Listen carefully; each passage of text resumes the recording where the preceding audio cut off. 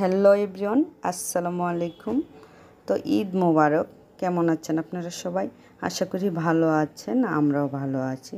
তো আমি রান্না করছি কলজা ফুলসা আর কিছু মাংস। তো প্রথম মাংসটা রান্না করে খেতে কিন্তু অসাধারণ মজার হয়। তাহলে চলুন দেখি। রান্না করছি কলজা আর ফুলসা আর কিছু মাংস। প্রথমেই লবণ, তারপর রসুন দিলাম, তারপর আদা,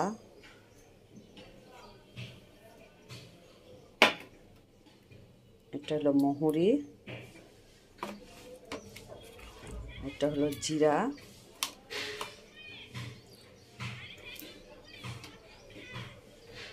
আর ধনিয়া,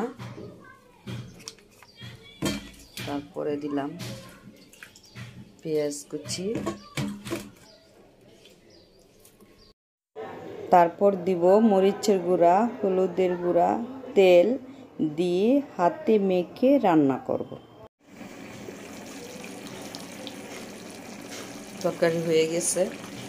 তো প্রথম মাংসটা কিন্তু খাইতে খুবই মজার, খাইতে অনেক ভালো লাগে, স্বাদের ঘ্রাণে অতুলনীয়, খুবই একটা মজার স্মেল আসতেছে। আর আমি একটু খেয়েছি, অনেক মজার হয়েছে। যেভাবেই রান্না করেন গরুর মাংস, কোরবানির মাংস কিন্তু অনেক মজার হয়। এটা অনেক সুন্দর হয়েছে।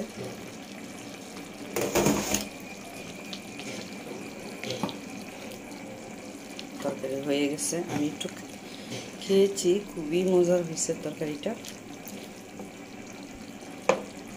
ওকে।